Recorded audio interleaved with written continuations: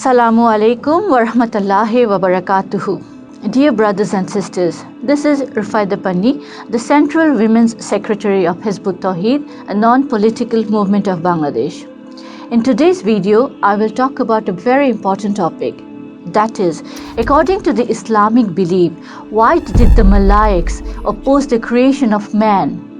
After listening to this, I believe many people might be surprised and think, why would the Malaiks oppose human creation?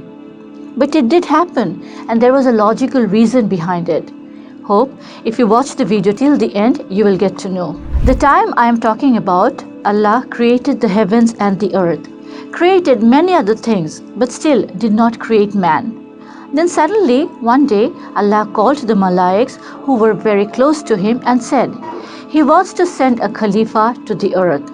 After hearing that, the Malaiks were terrified. Speaking about that time, Allah said in Surah Baqarah of the Holy Quran, Remember when your Lord said to the angels, I am placing a representative on earth. They said, Will you place therein one who will make fasad and safakuddimma? While we sing your praises, glorify you, and uphold your absolute authority? He said, I know what you do not. Viewers, Allah in this verse did not say, I will send a creature called man on earth. Maybe the Malaiks would not have objected if he had said that. But instead, Allah said, He will send a Khalifa. That is, this new creation called man will not be just like any other animal or animals. Or will it be like the Malaiks? They will be Khalifa. The question is, what did Allah mean by the word Khalifa? Which upon hearing, the Malaiks said that they will commit mischief and bloodshed in the world. Here we have to ponder on one point. What does the word Khalifa mean? Khalifa means representative. We can say agent, deputy, delegate, or even vicegerent. You must know what the word representative means.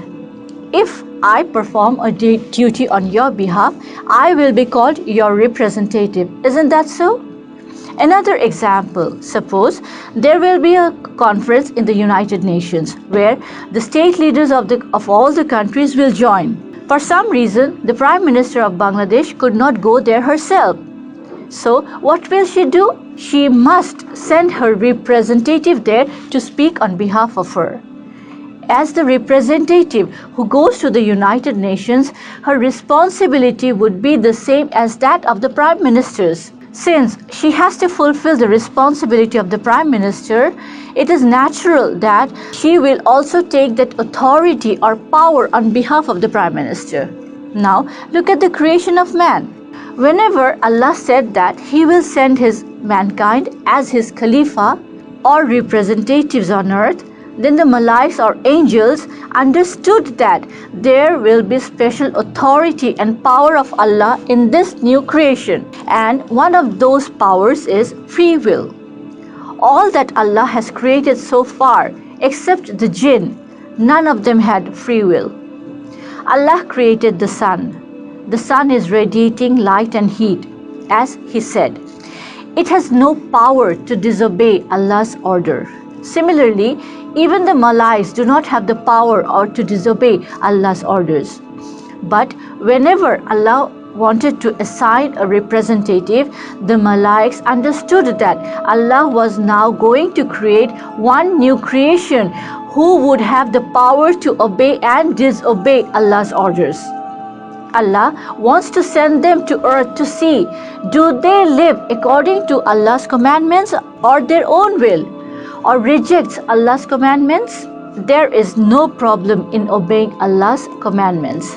But if this new creation disobeys Allah's orders and does not accept Allah as the only commander or lawgiver, then they will surely fall into injustice and bloodshed.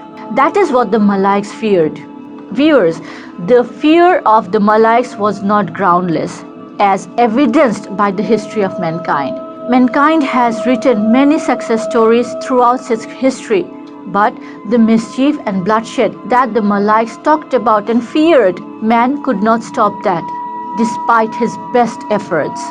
Instead, billions of people have died in the two world wars in the last century, and now the footsteps of the Third World War are being heard. So, isn't there any way to escape from this mischief and bloodshed?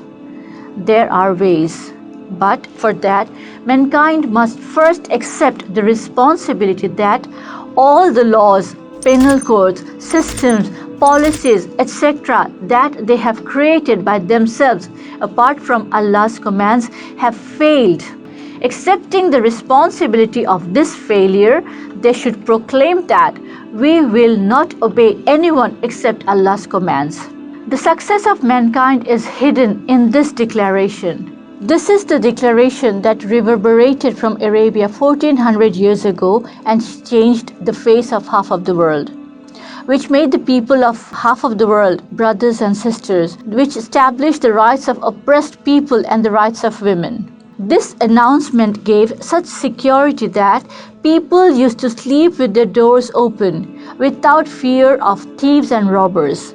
Months after months, no criminal case came in the court. Women used to travel alone from Sana to Hadramaut without any fear.